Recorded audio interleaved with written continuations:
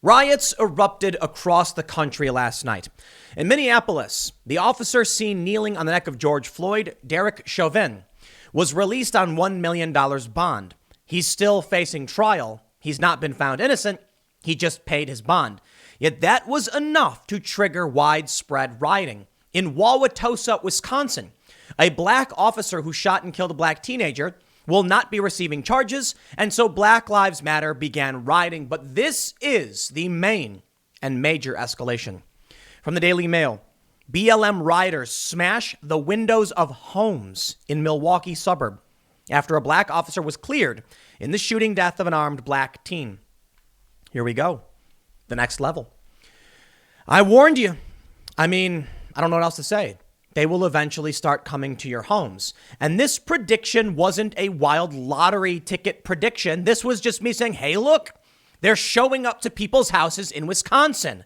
It's only a matter of time before they start smashing windows. And what did I say happens next? Please pay attention. When someone smashes a window and someone else runs up, one after another, they will increase their tactics. Smashed windows becomes home invasions.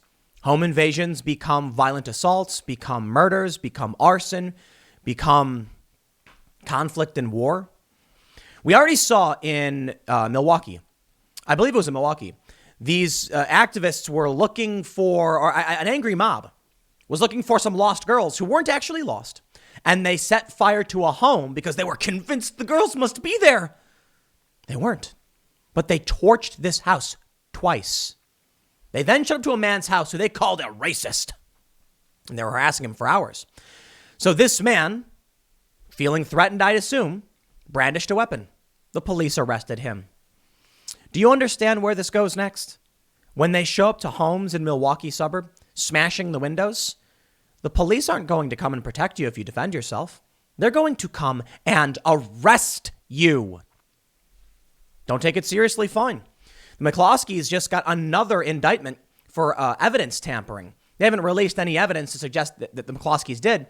And this stems from the fact that the McCloskeys claim the gun brandished by Patricia, the woman, the handgun, was inoperable because they had inverted the firing pin on purpose for display purposes in a court. Well, now the state is saying, nope, they tampered with evidence. Maybe, but innocent until proven guilty.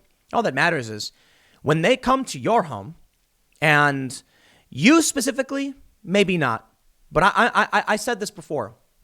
When they come to your home, and they will, you will have no capability to defend yourself simply because, what I mean to say is legal ability. The state will come for you if you do anything. Now, what I mean by saying that is not you, like every single person. Clearly, they can't go to every single house. They're not Santa Claus. But they are choosing random homes to attack. So it may be you for some unknown reason. And when you, being armed maybe because you're in Wisconsin, defend yourself, you'll be facing felony charges. Welcome to morality policing. The Daily Mail reports rioters were caught on video attacking homes, smashing windows in residential Wauwatosa on Wednesday. The violence followed a district attorney's decision on Wednesday that police officer Joseph Mensah was justified when he shot Alvin Cole on February 2nd after the 17-year-old fired a stolen handgun outside Mayfair Mall in Wauwatosa. After nightfall on Wednesday, demonstrators smashed out storefront windows in Wauwatosa before marching down a residential street and hurling large rocks through the windows of homes, according to police. The mayhem was caught on camera by Julio Rosas, a reporter for the conservative publication Town Hall, who said that some of the people in the crowd attempted to stop others from attacking the homes. Police confirmed using tear gas to disperse some of the protesters. Cole was the third person Mensah has fatally shot since becoming an officer, and his death has sparked periodic protests in Wauwatosa and the Milwaukee area. Governor Tony Evers announced earlier Wednesday that he had activated National Guard members as a precaution, though he didn't say how many or how they were being used. Guard spokesman Major Joe Travato later said hundreds of troops were at the ready. We can see that there are many photos of people standing outside and some vandalism. The city of Wauwatosa issued a nightly 7 p.m. curfew after Chisholm's decision was announced to run until next Monday. Many people ignored the curfew, marching peacefully in the city. Wauwatosa police declared an unlawful assembly shortly before 9 p.m. and established a protective perimeter around Wauwatosa City Hall. with the aid of the National Guard. Late Wednesday evening and well past the curfew, a group of a few hundred protesters confronted police. I guess we're calling them unresters because the AP said you can't call them protesters because they do get kind of violent sometimes, but they're not rioting all the time. So unrest. Sure. This is rioting. Police said some of the group were throwing rocks at law enforcement and buildings and that they used tear gas to disperse the protesters. Footage posted on social media showed the gas and the crowds retreating. WISN-TV reported windows broken at several businesses on the city's north side, including a pharmacy, coffee shop, wall covering store, cleaners, and fitness center. Scores of people surrounded the Milwaukee County Public Safety Building as Cole's attorney and family members met with Chisholm, some chanting, "Say his name, Alvin Cole, and justice." And when do we want it? Now. All right. Well, to the people of Wauwatosa, my respect, because they came out in the morning and started cleaning things up. I'm sorry to see this happen to your sleepy town, and it's kind of a bummer to hear that many of these people who are being attacked, these homes, they support Black Lives Matter. I'm going to ask you all once again to please stop licking the boot. That includes police officers. All right? Let's talk about a bootlicker. I know what they say, the left tries to say a bootlicker is. It's when the cops come and oppress you and violate your rights and you apologize for them. We've seen that from the right. When the cops come and enforce unconstitutional edict from governors, which the courts are ruling unconstitutional, when the cops are arresting small business owners, and then they have the nerve to be like, well, the police are just doing what they're told. Nah, don't lick the boot, okay? If the cops want to enforce unconstitutional edict, they have a choice. Just following orders, I'm sorry, isn't an excuse. Someone running a small business getting arrested, get out of here. But let's talk about Black Lives Matter, because I think this is the bigger problem. Because how many stories have we heard where these people will smash up a business and the business goes, but we still support them. Stop licking the feet of these psychopaths. Stop. You know what? I'll tell you what. When Black Lives Matter comes and smashes your home and your immediate response is that we support the movement. Okay, great. Then we'll see them come back, right? Do you want me to defend you when they destroy your home? I'm not going to do it because you support them, right? And if they're smashing up homes, let me tell you something. Let me make this perfectly clear for everybody. If Black Lives Matter comes to your home and smashes your window, but you are supporting them and flying their flag, well, why should I be upset? You're happy with it, right? It's what you wanted. Why are any of these people upset? Now I say my respect to the people of Wauwatosa who are cleaning up from the businesses that are destroyed, coming together and trying to, clean up the damage.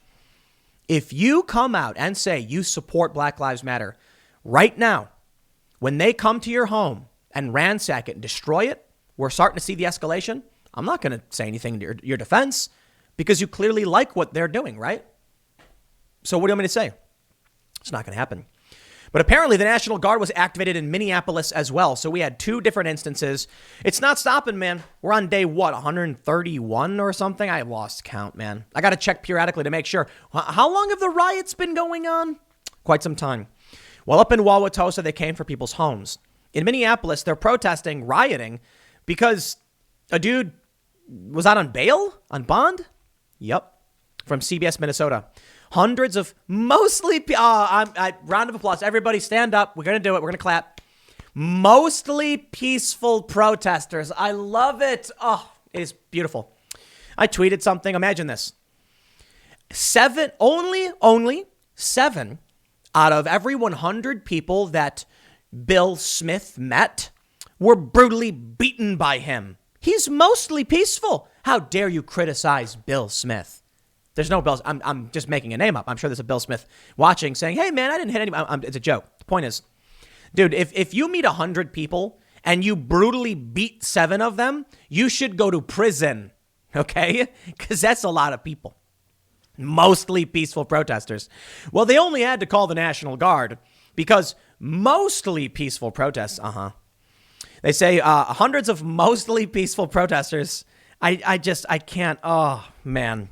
Took to the streets of Minneapolis Wednesday night following the release of former police officer Derek Chauvin, who is charged with the death of George Floyd. The protests began at about 6:30 at the site of Floyd's death on East 38th Street and Chicago Avenue in Minneapolis. Some demonstrators moved to the Minneapolis Police Department's 5th Precinct building off 31st Street and Nicollet Avenue, where only about 100 protesters remained by late Wednesday night. As protesters began to grow more aggressive. Oh, aggressive. Mostly peaceful, but aggressive. Okay, bravo. That's a new one. Michigan State Patrol troopers began to order them to leave the area at about 10:30 p.m. Law enforcement then arrested several people. Governor Tim Walz and Mayor Jacob Frey activated a number of Minnesota National Guard troops late Wednesday afternoon, with Walz saying the move was made out of an abundance of caution for the safety of Minnesotans. Oh, please, they don't care. In all, 100 soldiers were mobilized to support public safety services. Additionally, another 100 Minnesota State Patrol troopers were also mobilized, along with 75 conservation officers with the Minnesota Department of Natural Resources. Chauvin, man facing the most serious charges of the death of George Floyd, was released from Hennepin County Jail Wednesday morning after posting $1 million conditional bond. Before that, he was being held at the Oak Park Heights Correctional Facility. This comes more than 4 months after Chauvin was seen on video with his knee on Floyd's neck for nearly 8 minutes. Floyd's death sparked unrest in Minnesota, in the United States, and all around the world. What? Why were people protesting in other countries? That's what I don't get. Why are people in New York protesting NYPD who had nothing to do with the death of George Floyd? I also don't get. It's because they're not really protesting for Black Lives Matter. They're protesting, I guess, for, I don't know, change the system, or angry, viva la revolution, revolution, nothing less. That's what they've been saying.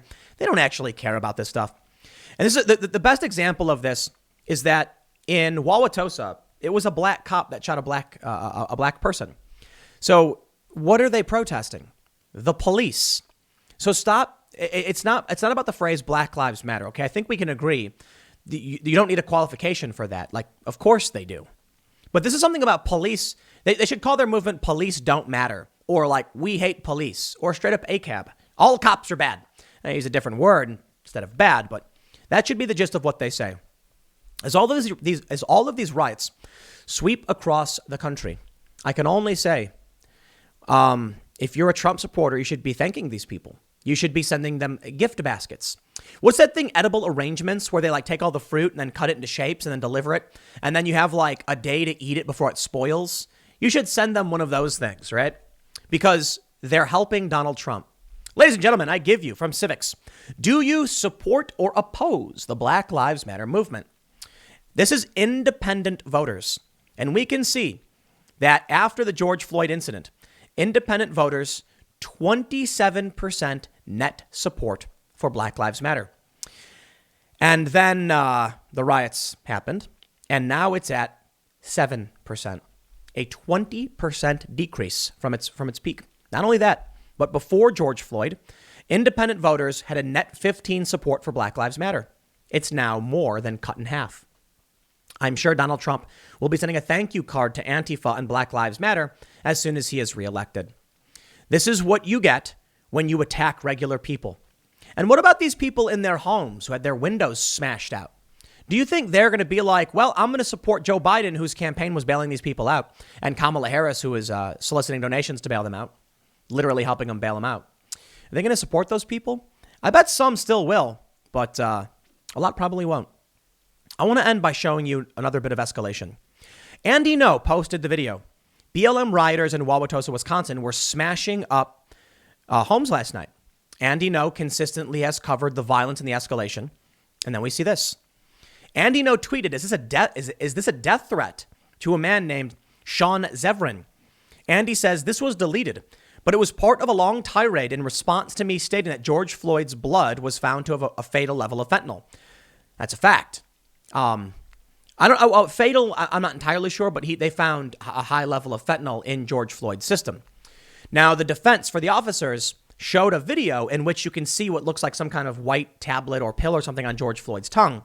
And they believe that when the police came to search George Floyd, he took fentanyl.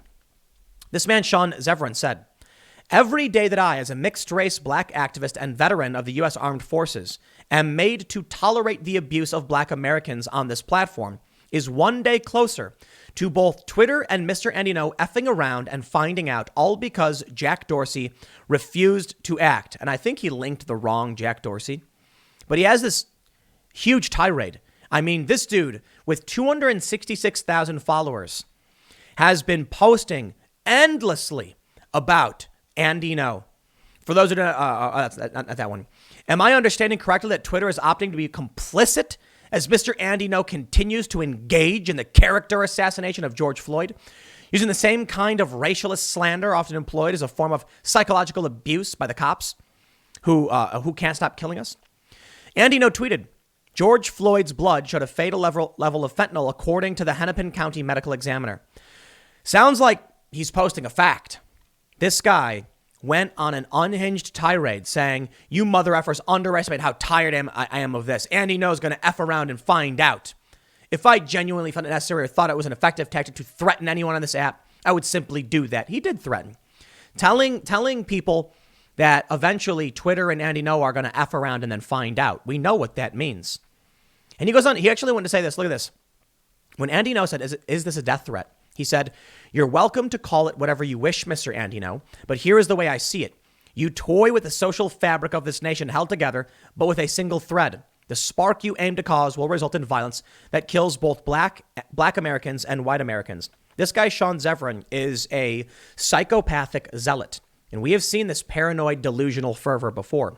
The reason I call him this directly by name is because he has made a death threat to Andy Ngo.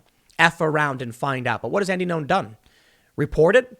You don't like the facts? If you have a problem with what's being reported about George Floyd's fentanyl blood level, take it up with the Hennepin County. What did Andy Ngo? Who was it from? Medical Examiner. It was the Medical Examiner. Take it up with him. He doesn't. He sends the death threat to Andy Ngo. And what does that mean? It means he doesn't care about the facts. He doesn't care about what's right. He's just a paranoid, delusional narcissist who wants to hurt people he doesn't like. That's it. If you come to me and give me information and I'm wrong, well, then I have no choice but to accept it. And it's happened. I was talking to a friend about Kyle Rittenhouse, and I had tweeted and said that I believed he was legally allowed to carry the weapon because of a hunting provision, and that I thought he wasn't charged with carrying the weapon in the first place. And then I had someone say, that's not true, he was. And I said, no, I'm pretty sure he wasn't. And they linked a story, and I read through it, and I was like, oh, wow, I must have missed that one. My bad. I made a mistake. It's not hard, is it?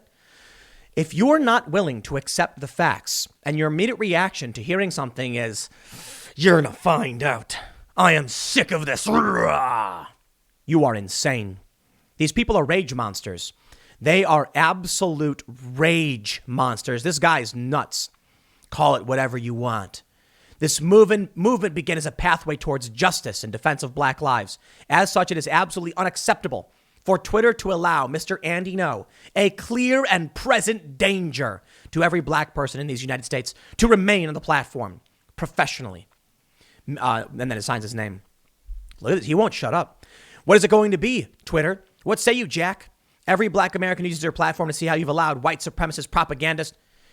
This dude, Sean Zevran, is whiter than Andy Ngo is. Isn't that weird? Andy Ngo is a gay Vietnamese child of immigrants who is posting facts. Andy Ngo doesn't always get it right. Nobody does. They don't like what Andy Ngo is posting. Too bad. To bring it to this level, I think is, look at this. This guy's got tweet after tweet after tweet about Andy Ngo. It's insane. It's nuts, man. This is the level we're at, where high-profile accounts with 266,000 followers can literally threaten a journalist. Where's anyone defending Andy Ngo? Where's the media coming out and say it's not okay? You can't do this.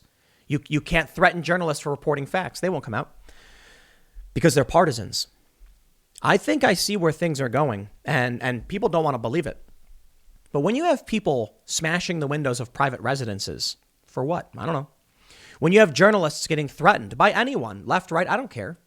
What is that? Where do you think this ends up? Recently, Spike Lee said that civil war is coming. Spike Lee did. Not me. Okay? I've said that I think it is simply because I'm seeing all these other stories saying it's coming. Cue the memes. Tim Pool and Civil War. Haha. It's funny, right? Look at this and tell me we're wrong. Tell me Spike Lee is wrong. Tell me I'm wrong. Tell me that The Atlantic is wrong. Tell me The Guardian is wrong because they wrote about the exact same things. Tell me that New York Times writer Tom Friedman is wrong. CNN for publishing it. Tell me they're wrong. I'd love to hear it.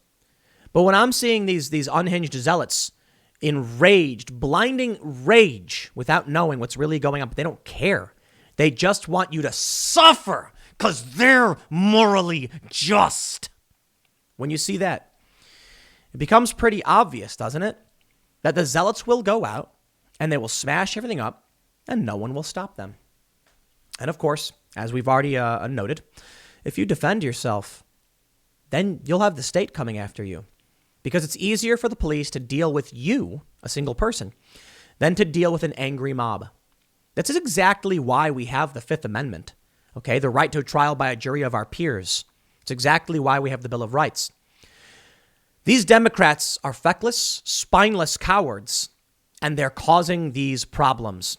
It's about time we had someone enforce the Constitution and say, no, you do not get to show up to someone's house and then they get arrested when they protect themselves. You started the fight. But it's already happening. So we'll see how things play out in 25 days, or about 26 days. I hope you all are ready. I'll leave it there. Next segment's coming up at 4 p.m. over at youtube.com/timcast. It is my main channel. Thanks for hanging out, and I will see you all then.